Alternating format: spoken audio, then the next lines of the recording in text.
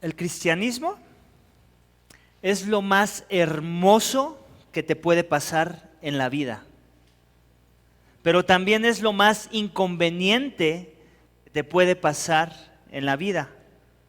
Ser adoptado como un hijo de Dios sí es hermoso, muy hermoso, pero también en ocasiones es muy inconveniente. Es gozoso, pero doloroso en ocasiones. Es confortante, pero sufriente en ocasiones.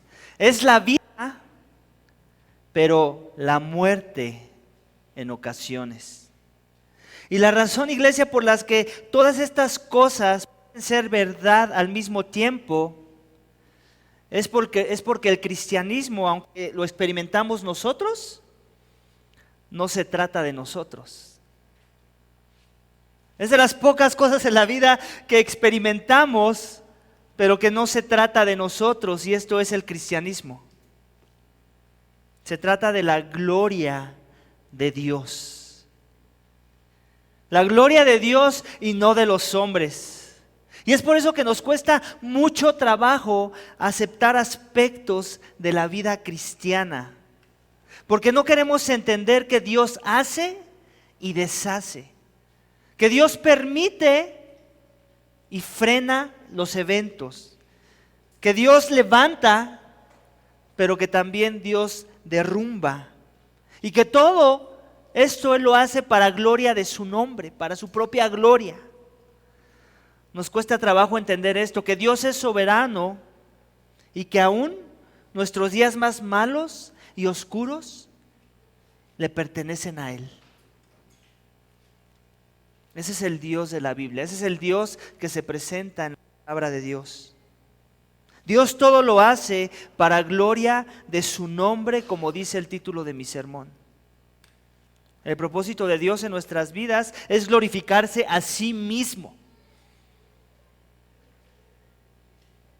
Sea su hijo o no, escúchame bien, sea su hijo o no esta mañana, Dios se va a glorificar en tu vida porque para eso te creó.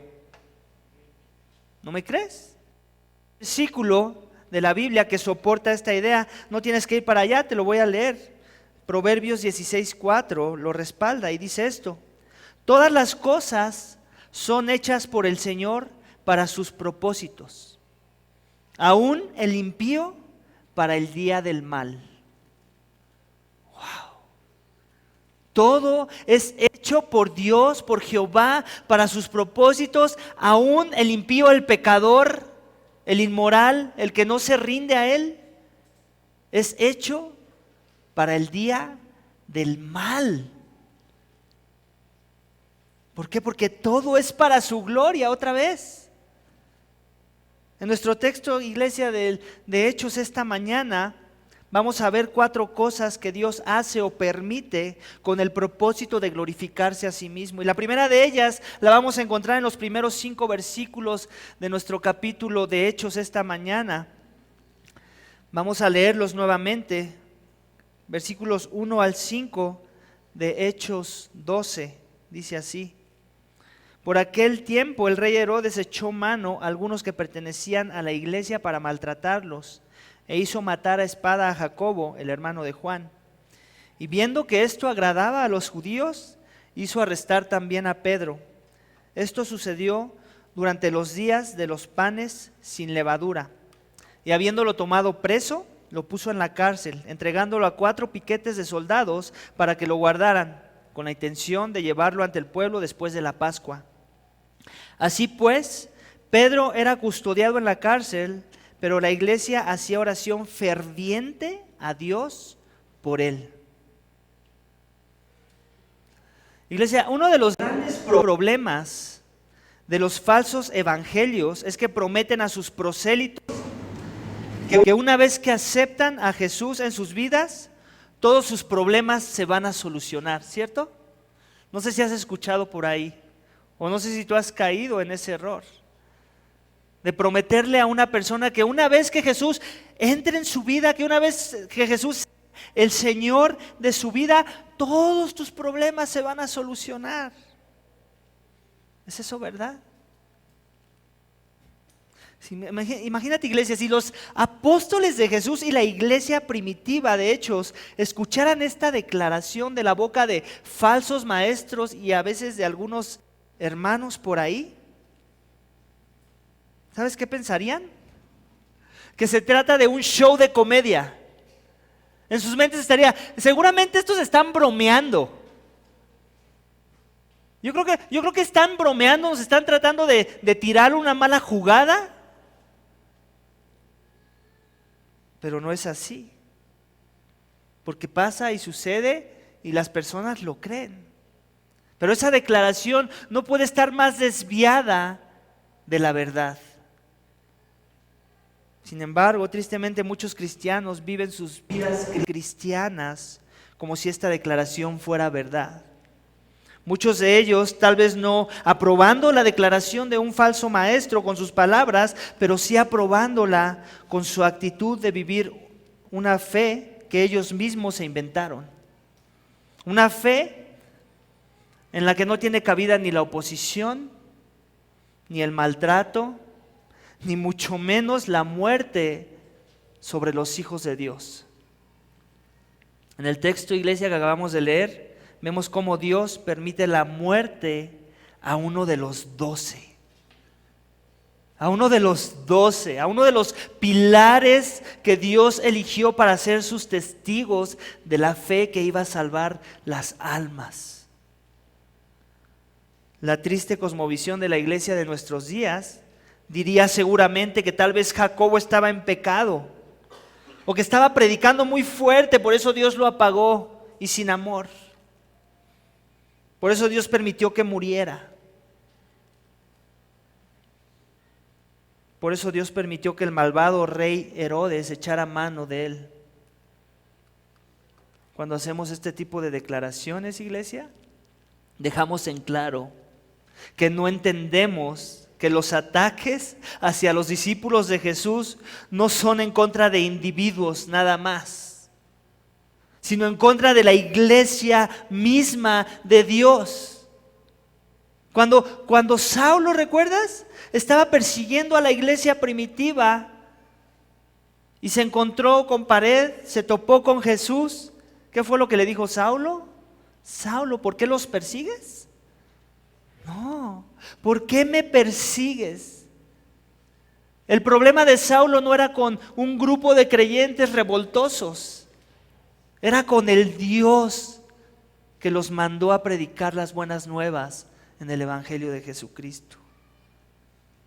Herodes en ese entonces era algo así como un gobernador de la capital impuesta por los romanos sobre los judíos. Era un complacedor de personas, vivía para su propia gloria y no la de nadie más. Venía de una dinastía de perversos como Herodes el Grande, que mandó a matar a los bebés en el tiempo de Jesús, como Herodes Antipas, que mandó degollar la cabeza de Juan el Bautista. Así que este era otro Herodes, muy similar a sus antepasados, con el mismo corazón endurecido, oponiéndose a la voluntad de Dios. Mandó cortar la cabeza del primer apóstol de Jesucristo, la misma calaña. En su afán de engrandecer su nombre, estaba dispuesto a matar cristianos, con tal de complacer a los opositores del cristianismo, que en ese momento eran los judíos que negaban que Jesús era el Mesías. Se aprovechaba de eso. En versículo 12 nos dice que este rey malvado hizo matar a Jacobo, hermano de Juan, uno de los 12 apóstoles de Jesús. Y la expresión que se usa en el texto es que lo mandó matar a espada, que usó espada. Y no pensemos literalmente en que se le atravesó una espada. Ese es el lenguaje que el texto usa, pero en realidad fue degollado, fue decapitado, con sable, con espada. Y como pasa con todo complacedor de personas, al ver que agradaba a los judíos pensó, si esto me trajo popularidad, entonces, ¿qué pasa si captura a los otros 11? Esto va a ser mi nombre más grande y más poderoso, de más influencia sobre los judíos oprimidos. Y así que se dio a la tarea de apresar a Pedro, quien sin ninguna razón, así como fue con Jacobo, fue puesto en la cárcel, encarcelado. No puesto a muerte inmediatamente, porque el texto también nos dice que él esperaba a que pasaran los días de la Pascua, porque según la tradición judía, ¿recuerdas el Señor Jesucristo por qué se querían apresurar, acelerar su proceso de juicio? Porque no querían que se atravesara en los tiempos de la celebración de la Pascua. Porque según la tradición judía tenían prohibido hacer cualquier tipo de ejecución sobre alguno de los suyos en aquel tiempo, en tiempos de festividad. Por eso aceleraron el proceso de la muerte de Cristo. Y en este caso querían ser un poco más pacientes. Y Herodes sabía de que los judíos no iban a estar complacidos de matarlo en esas fechas. Así es que decidió, es por eso que él decidió esperar a que pasara el tiempo de la Pascua. La razón por esto lo hacía precisamente era para seguir complaciendo a los judíos, seguir complaciendo voy a quitarme esto, perdón. Lo hacía para seguir complaciendo a los judíos, para seguir complaciendo a los hombres, porque básicamente es lo que él buscaba, era un complacedor de hombres, ¿cierto? ¿Y todo esto con qué motivo? ¿La intención del encarcelamiento era buscar enjuiciarlo justamente? Claro que no, porque claro el texto nos dice que pensaban condenarlo después de la Pascua. O sea, ya en la mente de Herodes ya había un juicio sobre este apóstol de Jesucristo. Nada más estaba esperando el tiempo permitido, por decirlo así, para ejecutarlo. ¿Y todo esto con qué motivo? Versículo 5 nos dice que la iglesia se puso a orar por Pedro, permitiendo lo malo a su iglesia. ¿Te das cuenta? Dios permite lo malo a sus elegidos, para que ésta orara y clamara por poder de lo alto, para que se fortalecieran en la oración, para que la iglesia creciera en dependencia a Dios. Ese era el propósito de la muerte del primer apóstol de Jesucristo. Dios todo lo hace, iglesia, para gloria de su nombre y permite lo malo para sus propósitos, como dice el primer énfasis de mi sermón. A lo que se me viene la pregunta: ¿tú aceptas lo malo que pasa en tu vida con el entendimiento de que Dios lo permite porque tiene propósitos más sublimes de los que a ti se te puedan ocurrir? ¿Aceptas lo malo? Seguramente la iglesia de Hechos no entendía mucho por qué estaba pasando esto. Porque uno de los apóstoles ya les habían matado a Esteban, ¿recuerdas?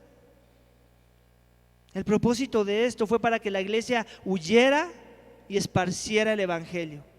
Dios usó lo malo para expandir el evangelio en las regiones fuera de Jerusalén y de Judea, con la finalidad de alcanzar las almas de los gentiles. Ahora vemos cómo un apóstol es decapitado y encarcelado otro. ¿Con qué propósito? De poner a la iglesia a orar. ¿Y tú aceptas lo malo? Es la pregunta que tienes bajo ese punto. ¿Tú aceptas lo malo? ¿Aceptas lo malo en tu vida con el entendimiento de que Dios lo permite para su gloria y con propósitos más sublimes que los tuyos? ¿O crees en el ídolo de muchos cristianos profesantes que aman a Dios cuando viene lo bueno, pero lo desechan cuando viene lo malo? ¿Aceptas lo malo cuando se levanta la oposición dentro y fuera de la iglesia local? ¿O eres de los que te enojas con el pastor por hacer enojar a los que se oponen a la verdad? Que por cierto ya ha pasado. ¿Eres de los que te incomodas y te opones, o eres de los que te pones a orar junto con la iglesia local? Porque entiendes que Dios lo permite para su gloria y para sus propósitos, que son más sublimes que los tuyos, que los míos y que los de toda la iglesia en conjunto. El cristianismo es hermoso, pero no es conveniente, iglesia. Se trata de la gloria de Dios y no la nuestra. Se trata de sus propósitos y no de tu comodidad o de la mía.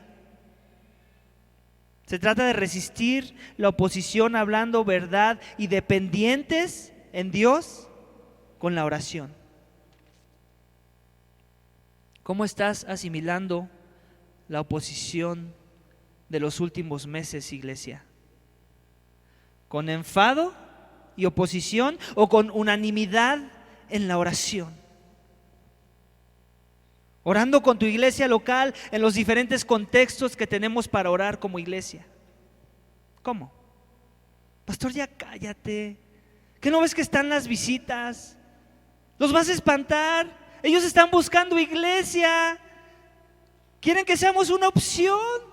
Y ya con esto que acabas de decir se van a ir. No van a querer regresar. Saben que hay oposición.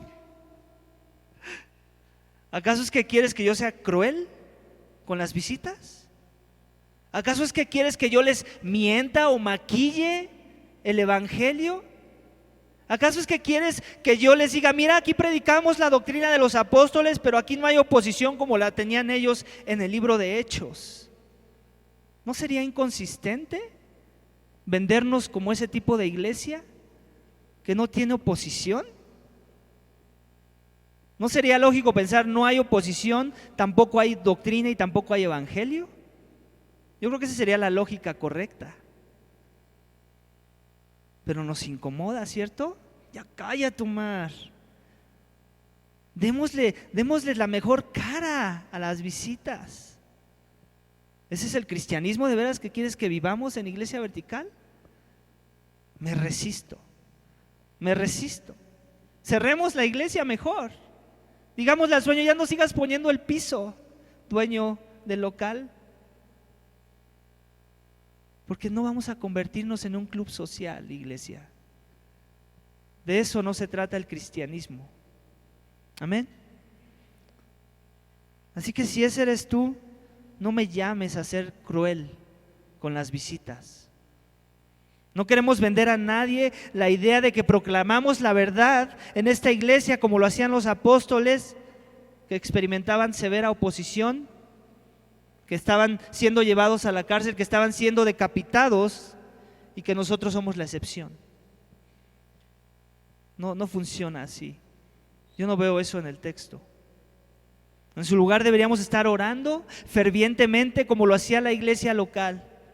Como lo hacía la iglesia y lo vemos en el texto esta mañana, para que aquellos que estén considerando unirse a Iglesia Vertical en un futuro se unan bajo este entendimiento de que van a experimentar oposición y de que tal vez ellos mismos van a ser la oposición si no entienden lo que significa comprometerse y exaltar el evangelio de Jesucristo. Y que no se trata de nuestras preferencias o de nuestros falsos evangelios. Eso queremos. ¿Y cómo estás tú orando con tu iglesia? Llevamos, si mis cuentas no están mal, 3 semanas orando los jueves y los viernes. Ha sido de gran bendición. ¿Cuánto ha consumido tu mente un pesar de decir, quiero orar con mi iglesia? Quiero orar con mi iglesia de la forma que no puedo orar yo solo. Porque no estoy diciendo que no ores solo. Tal vez esa es la primera respuesta que se te viene como excusa. Pastor, tú no sabes que yo oro en esos tiempos. Es parte de tu obligación, por cierto, no quieras que lo aplauda. La idea es venir y mostrar unanimidad y mostrar un fervor ardiente en unanimidad con la iglesia. Dios, te necesitamos. Dios, muéstranos qué quieres de nosotros. Dios, muéstranos qué quieres de nosotros en medio de las pruebas. Ayúdame a dar prioridad a estos tiempos de comunión contigo y con tu iglesia. De eso se trata la fe cristiana. Por eso no es conveniente, porque toca quitar prioridades que tú crees tener para poner las prioridades que Dios tiene en su corazón para su iglesia. Amén. Vamos a seguir leyendo versículos 6 al 10. Y esa noche, Aun cuando Herodes estaba a punto de sacarlo, Pedro estaba durmiendo entre dos soldados, sujeto con dos cadenas, y unos guardias delante de la puerta custodiaban la cárcel. Y he aquí, se le apareció un ángel del Señor, y una luz brilló en la celda, y el ángel tocó a Pedro en el costado y lo despertó diciendo: levántate pronto. Y las cadenas cayeron de sus manos, y el ángel le dijo: vístete y ponte las sandalias. Y así lo hizo, y le dijo el ángel: envuélvete en tu manto y sígueme. Y saliendo lo seguía, y no sabía que lo que hacía el ángel era verdad, sino que creía ver una visión. Cuando habían pasado la primera y la segunda guardia, llegaron a la puerta de hierro que conduce a la ciudad, la cual se les abrió por sí misma, y salieron y siguieron por una calle, y enseguida el ángel se apartó.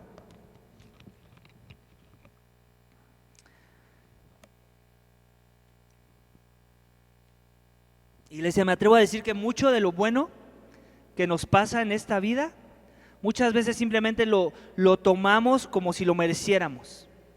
Nos pasa la mayoría de las veces, sin ni siquiera haber considerado la posibilidad de que hubo alguien ahí detrás, tras bambalinas, orando por nosotros para que eso bueno que nos llegó en la vida, lo tuviéramos.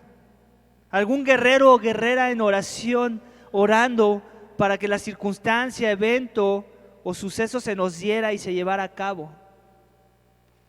Anteriormente los apóstoles, recuerdas, ya habían sido librados de la cárcel de forma muy milagrosa, como en el texto que acabamos de leer, por un ángel. ¿Recuerdas?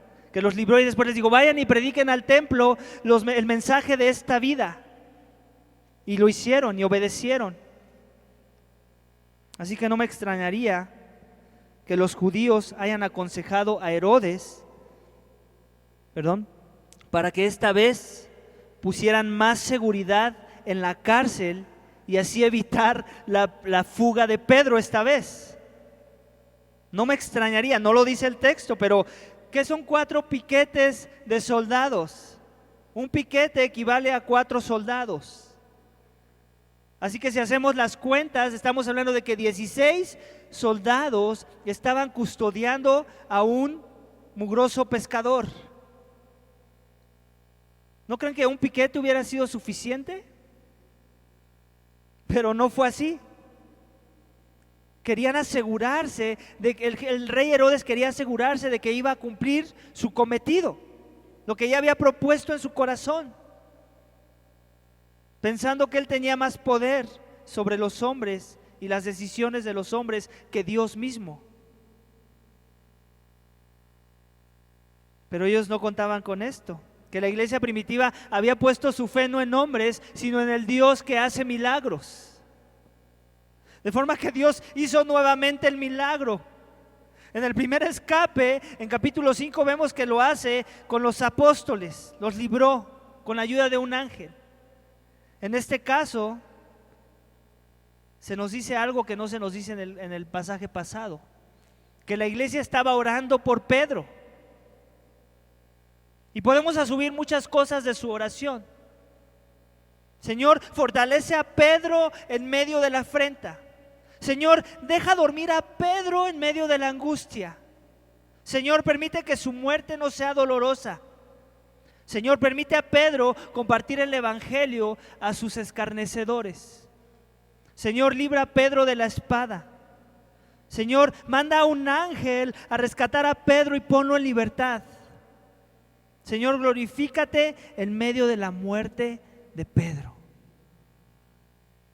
Todas estas suposiciones o sugerencias de la oración de la iglesia bien podrían caber en el contexto de lo que estaban pasando, de la captura de Pedro. Todas son buenas. Y Dios decidió sacar de forma milagrosa a Pedro de la cárcel. Dios todo lo hace, iglesia, para gloria de su nombre, y hace milagros para sus propósitos, como dice el segundo gran énfasis de mi sermón. Y la pregunta que viene bajo ese énfasis es esta: ¿y tú esperas en Dios? La iglesia primitiva esperaba en Dios y lo demostraba ¿cómo? Devotos en la oración. pero esperaban en Dios. Pedro esperaba en Dios. ¿Cómo lo demostraba? Durmiendo. No estaba angustiado, aterrorizado de saber que se acercaba el día en que terminaba la Pascua y que no podía dormir, que comúnmente es lo que pasaría con alguien que sabe que va a ser ejecutado al siguiente día. No podría ni dormir del temor, del terror. Pero Pedro estaba dormido, encadenado, sin preocupación, esperanzado en Dios, porque entendía que se trataba de la gloria de Dios y no la suya. Confiado en los propósitos en medio de ese encarcelamiento y aún en medio de la muerte que estaba prometida para su persona. El Dios de milagros puede hacer lo que a los ojos de los hombres pareciera imposible: salvar a una persona de una cárcel de máxima seguridad. Y no como el Chapo haciendo hoyos bajo la cárcel. Aún mejor, con un ángel, con todo su poder, sin hacer hoyos. La oración de los santos, iglesia, será algo que armoniza con la voluntad de Dios cuando nuestra oración está conforme a la voluntad de Dios. Siempre, siempre. ¿El milagro que estás esperando de Dios tiene el propósito de avanzar el evangelio? Me pregunto. ¿O simplemente estás esperando un milagro egoísta, centrado en tus placeres, que no tiene nada que ver con crecer tu comunión con Dios o con su iglesia o con avanzar el evangelio del reino de Dios? Porque no está mal que estés esperando milagros de Dios. La pregunta es: ¿cuál es la motivación detrás de ese milagro? ¿Es centrada en las cosas de arriba o es centrada en tu egoísmo, tu preferencia, tu carnalidad? Tenemos que recordar, iglesia, que sí, el Dios de la Biblia es un Dios de milagros, pero esto siempre debería estar siendo para avanzar el plan redentor, para conformar nuestros corazones a la imagen de Cristo. Por eso queremos los milagros. Si no es un milagro desperdiciado, ¿estás de acuerdo? Si no me va a dar algo de la imagen de lo alto, ¿para qué quiero ese milagro? Al menos que sea carnal y terrenal, entonces sí tiene sentido. Pero la Biblia dice que sus hijos son espirituales y no carnales. Amén. Versículos 11 al 17. Cuando Pedro volvió en sí, dijo: ahora sé en verdad que el Señor ha enviado a su ángel y me ha rescatado de la mano de Herodes y de todo lo que esperaba el pueblo de los judíos. Al darse cuenta de esto, fue a la casa de María, la madre de Juan, llamado también Marcos, donde muchos estaban reunidos y oraban. Y cuando llamó a la puerta de la entrada, una sirvienta llamada Rode salió a ver quién era. Al reconocer la voz de Pedro, de alegría no abrió la puerta, sino que corrió adentro y anunció que Pedro estaba en la puerta. Y ellos le dijeron: estás loca. Pero ella insistía en que así era, y ellos decían: es su ángel. Mas Pedro continuaba llamando, y cuando ellos abrieron, lo vieron y se asombraron. Y enseñándoles y haciéndoles señales con la mano para que guardaran silencio, les contó cómo el Señor lo había sacado de la cárcel y les dijo: informad de estas cosas a Jacobo y a los hermanos. Entonces salió y se fue a otro lugar. Iglesia, la vida cristiana es hermosa, ya lo dijimos, pero no es conveniente.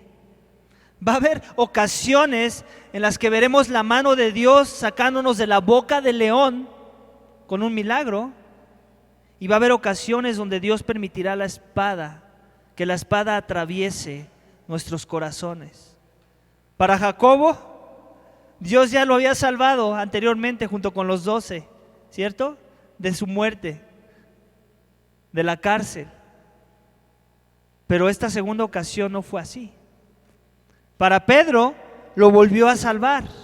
¿Por qué? Porque para Pedro aún no había acabado la misión. Él no había cumplido todavía los propósitos que Dios tenía en su vida para con él, y por eso lo libró. Dios lo quiso hacer así y eso le da toda la gloria.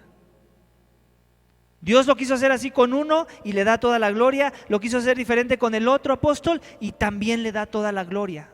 No se lleva menos gloria con uno que con el otro. Para Pedro aún había un camino largo que recorrer y por eso Dios lo manda nuevamente a sacar por medio de un ángel, el cual lo saca medio adormilado, por lo que vemos en el texto, sin saber si estaba soñando o si lo que pasaba era real. Al encontrarse libre por las calles, llega al entendimiento de que, esto era real. Todo esto que estaba pasando es verdad. Dios lo libró de la espada. Y en versículo 11 se nos dice que Pedro volvió en sí y dijo: ahora sé en verdad que el Señor ha enviado a un ángel y me ha rescatado de la mano de Herodes y de todo lo que esperaba el pueblo de los judíos. ¿Qué era lo que esperaba el pueblo de los judíos? Ya sabemos. Su muerte. Por eso Herodes lo capturó.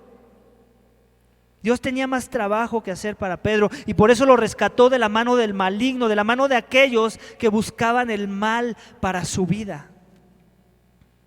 Lo siguiente en la historia es un poco cómico y también demuestra que Dios puede obrar muchas de las veces a pesar de la incredulidad de nuestras oraciones.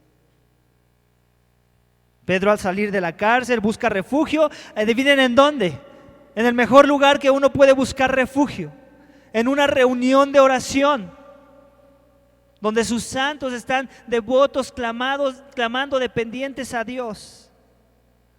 Seguramente la iglesia estaba orando fervientemente a altas horas de la noche, por eso estaban despiertos. ¿Por qué? Porque sabían que al siguiente día lo más seguro es que Pedro iba a morir. Entonces, con más denuedo y fervor estaban orando a Dios: Dios, haz algo, Dios, manifiéstate. Con mayor intensidad por el encarcelamiento. Sabían que se acercaba el fin de la Pascua y por consiguiente la muerte del siguiente apóstol de Jesucristo. Así que Pedro, me imagino, aún conmocionado por lo que había experimentado, sin podérsela creer, él mismo entusiasmado de dar la buena noticia a la iglesia para animarlos, porque seguramente él ya asumía que oraban por él, va e interrumpe esa reunión de oración, la cual se lleva a cabo, dice el texto, en la casa de María, madre de Marcos, quien también se llamaba Juan. Pedro, al tocar la puerta, le pasa lo que normalmente uno esperaría cuando está en la cárcel y toca la puerta para que le abran, ¿cierto? No se la abren. Y después le pasa lo que comúnmente pasaría a la mujer a la sierva, cuando va y da la noticia a los hermanos que Pedro está allá afuera. Le dicen que está loca. ¿Por qué? Porque había incredulidad en sus corazones. Aunque seguramente oraron para que Dios hiciera algo, interviniera, para que Pedro fuera liberado de la muerte, de la espada, no se la podían creer. Tal vez no que no creyeran que Dios era capaz de hacer eso, porque ya lo habían experimentado, pero no podían creer que fuera de las formas y los tiempos en los que Dios, tal vez ya habían perdido la esperanza. Ya habían estado orando, no veían nada. Dijeron: bueno, pues ya vamos a orar para que no le duela. Más bien fue para ellos más fácil pensar que era un ángel, el ángel de Pedro, el que tocaba la puerta. No fue sino hasta que ellos mismos escucharon a Pedro lo que la sierva escuchó, lo cual trajo tremendo asombro y alboroto. Asombro porque no podían creer el nivel en el que Dios responde las oraciones, y el alboroto de la emoción de tener a Pedro de regreso. Pedro en sus cabales ya le había caído el 20, ya le había entrado la moneda. Obviamente les pide que se callen, los calla, no porque él no estuviera emocionado, no porque quisiera apagar la emoción, sino porque ahora era uno de los hombres más buscados, era un prófugo de la justicia y obviamente no quería que ahora por culpa de la celebración lo regresaran a la cárcel. Alguien, ahora sí como dirían por ahí, diera el pitazo de que Pedro andaba ahí cerca. Entonces los calla del escándalo y de la emoción. Dios todo lo hace, iglesia, para gloria de su nombre y rescata para sus propósitos, como dice el tercer énfasis de mi sermón. Él rescata para sus propósitos. Él permite la espada para sus propósitos, pero rescata para sus propósitos de la misma forma. El rescate de Pedro tuvo varios propósitos y podemos inferir algunos. El primero de ellos es incrementar la fe de Pedro y de la iglesia que oraba por él. Es por eso la importancia de que vengas a orar con tu iglesia local, porque entonces vas a ver las peticiones y cuando Dios responda vas a decir, gracias Dios, Dios obró. Es por eso que adoro a este Dios que responde las peticiones de su pueblo. Otro propósito en medio de ese rescate es mostrar a la oposición el poder salvador de Dios. Ese Dios que estaban queriendo oprimir se manifestaba con milagros y con poder en medio de esa opresión. Y también era uno de los propósitos. Otro propósito que podemos inferir que permitía a Pedro terminar su misión en la tierra, porque no había llegado a su fin, tenía otros planes Dios, y los podemos ver más adelante. Pedro tenía que escribir la primera carta de Pedro y la segunda de Pedro. Pedro tenía que pasar de forma oral el mensaje del evangelio a su discípulo Marcos, para que escribiera el evangelio de Marcos. Dios todavía no había terminado de conformar a Pedro a la imagen de Cristo. Es por eso que se va a esconder a otro lugar, pues sabe que al quedarse ahí seguramente su vida está en peligro. A Jacobo, que pide que informe en versículo 17, dice ahí, obviamente no es el que murió, no vayas a pensar que Pedro está loco o que no sabe que Jacobo ya murió. Está hablando de otro Jacobo, mejor conocido como Santiago, quien es el hermano de Jesucristo. El hermano de sangre de Jesucristo, quien se convirtió en un líder de influencia de la iglesia en Jerusalén. Por eso es que le dice, avísale a Jacobo y a los hermanos, como que diciendo, para que la iglesia de Jerusalén, para que la iglesia más influyente hasta el momento, después de la de Antioquía, o por lo menos de la iglesia más judía, sepa cómo Dios obró en medio de esto. Y que todavía tenemos 11 apóstoles. Eso es lo que estaba haciendo Pedro, animando a la iglesia, reavivando la iglesia, que vean que Dios estaba con ellos.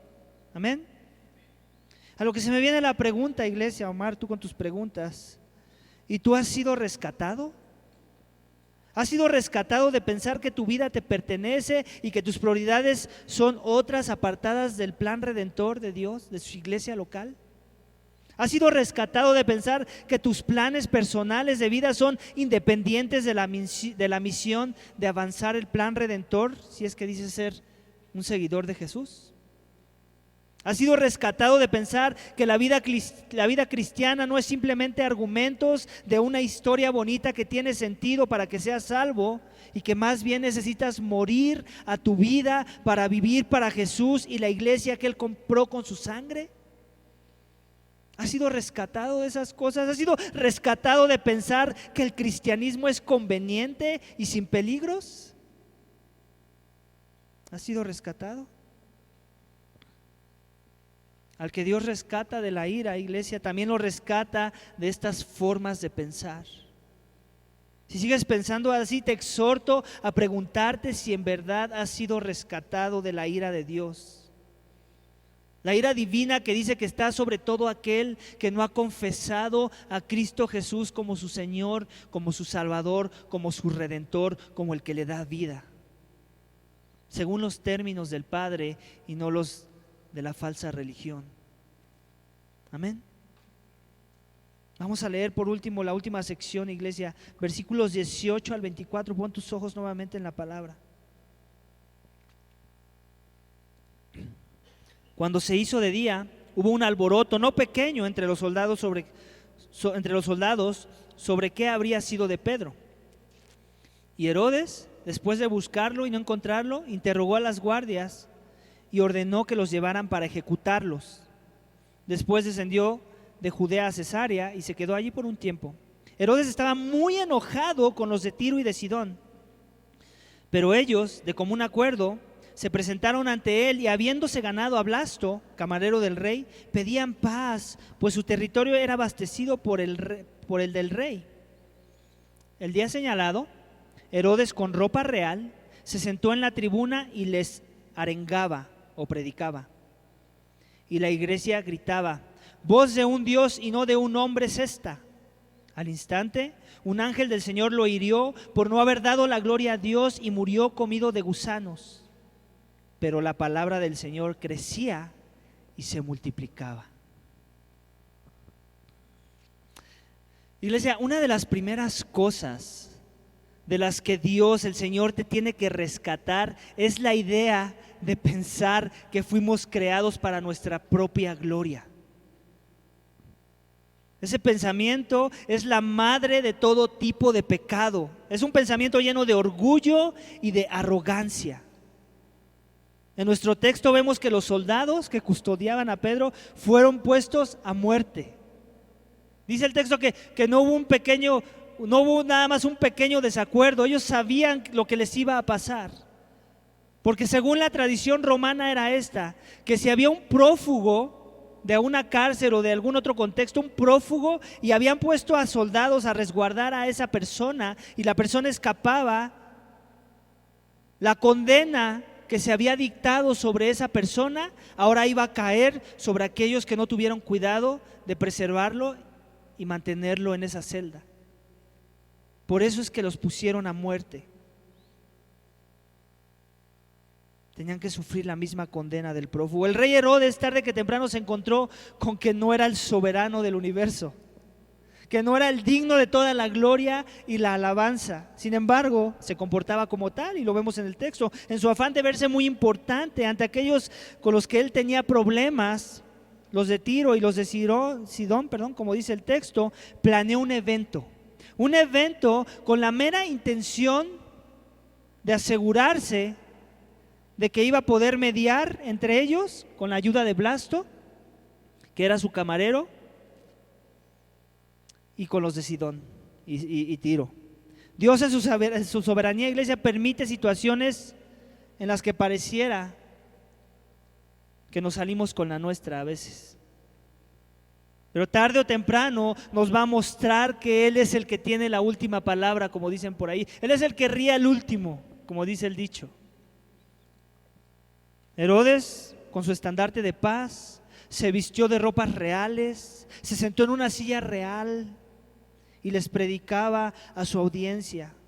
Seguramente con un tono arrogante, creyéndose Dios y soberano sobre sus vidas, porque él sabía que sus vidas, su abastecimiento dependían de él. Él era Dios para ellos. Siendo hombre, se creía Dios. Contrario a los discípulos, ¿recuerdas? Cuando Pedro es traído por el centurión que se arrodilla ante él y lo venera, le dice: párate, que yo soy hombre igual que tú. Aunque tenía más de qué jactarse que el mismo Herodes. Similar a lo que pasa en las dictaduras de nuestros días, la dictadura de Norcorea, por ejemplo, los ciudadanos de ese país veneran a su líder como un dios. Unos por conveniencia y otros porque en realidad se la creen, lo ven como Dios. Algo similar vemos aquí con Herodes, la audiencia, ya sea por engaño o por conveniencia, decían esto en esa reunión: voz de un Dios y no de un hombre es esta. ¿Te das cuenta el nivel de exaltación? Pero él no hizo lo que Pedro. Él no les dijo: hey, cuidado, que yo soy hombre igual que ustedes. Seguramente les hizo bulla para que lo dijera nuevamente. Seguramente le sacó una sonrisa. Seguramente se acomodó la corona, porque se la creía, porque él pensó que la vida que Dios le dio era para gloria suya y no para gloria de Dios. Pero Dios todo lo hace para gloria de su nombre y hiere para sus propósitos, como dice el último punto de mi sermón. Dios todo lo hace para gloria de su nombre y hiere para sus propósitos. Versículo 23 nos dice que al instante un ángel del Señor lo hirió por no haber dado la gloria a Dios y murió comido de gusanos. Dios es soberano, iglesia, que no comparte su gloria con nadie. Es soberano y hiere a la iglesia para incitarlos en dependencia a Él, como lo vimos al inicio del texto, permitiendo la muerte de un apóstol, pero también hiere a la oposición para traer juicio sobre ellos, como vemos en este texto esta mañana. Dios hiere a su iglesia, pero también es el que sana las heridas de su iglesia y la hiere con propósitos eternos. Dios nunca es neutral hacia aquellos que quieren robarle su gloria. Pareciera que lo era al inicio del texto, pero al final siempre Dios tiene la última palabra, iglesia. Siempre. El historiador Josefo narra cómo es que fue la muerte de Herodes. Le vino una gran infección en el estómago que le duró por aproximadamente 5 días y después murió, comido de gusanos, como dice el texto. Herodes pensó que podía estorbar a Dios y sus propósitos, pero versículo 24 nos dice que la palabra del Señor crecía y se multiplicaba. Amén. Los planes de Dios no pueden ser estorbados, iglesia, ni por reyes, ni por principados, ni por potestades, ni por la muerte, ni por lo alto, ni por lo bajo, ni por la cárcel, ni por la persecución, ni por la oposición, ni por nada. ¿Con quién creemos que estamos tratando? Él es Dios. Él es un Dios grande con la misión de traer mucha gloria a su nombre, la cual va a obtener a pesar del hombre. Si no es por el hombre, a pesar del hombre. Ya que nuestras vidas se tratan de la gloria de Dios y no la nuestra. Muchos entienden eso muriendo como mártires de Jesús, como fue el caso de Jacobo y Esteban, y muchos lo entenderán como Herodes cuando el juicio por su pecado caiga sobre sus vidas. A lo que se me viene la pregunta: ¿y tú das la gloria a Dios? ¿Tú das la gloria a Dios? ¿Reconoces la realidad de que ninguno de nosotros le damos la gloria a Dios como Él merece? ¿Que Él es digno de toda la gloria y nosotros no? Sin embargo, vivimos como Herodes. ¿No somos muy distintos de Herodes? Queremos la gloria para nosotros, la gloria en mi trabajo, que yo me vea el mejor, la gloria en mi escuela, que yo sea el mejor estudiante, la gloria con mi familia, que yo me vea una mamá muy buena, la gloria con mis hijos, la gloria en la iglesia, que vean los hermanos cuánto sé, cuán devoto soy. Todos somos igual de sucios, pecadores. Todos merecemos la misma ira. Pedro y Jacobo merecían la misma ira que Herodes mereció. La diferencia es si has reconocido que la gloria no te pertenece. Si has reconocido al Dios de gloria que es soberano sobre tu vida, que te creó para su gloria, que está sentado en el trono y que tú necesitas bajarte de tu trono, donde tú crees que tú eres el que dictas y controlas cada aspecto de tu vida. Dios no comparte su gloria con nadie, iglesia. Y por eso vemos que Él toma decisiones radicales, trayendo espada al que se trata de mofar.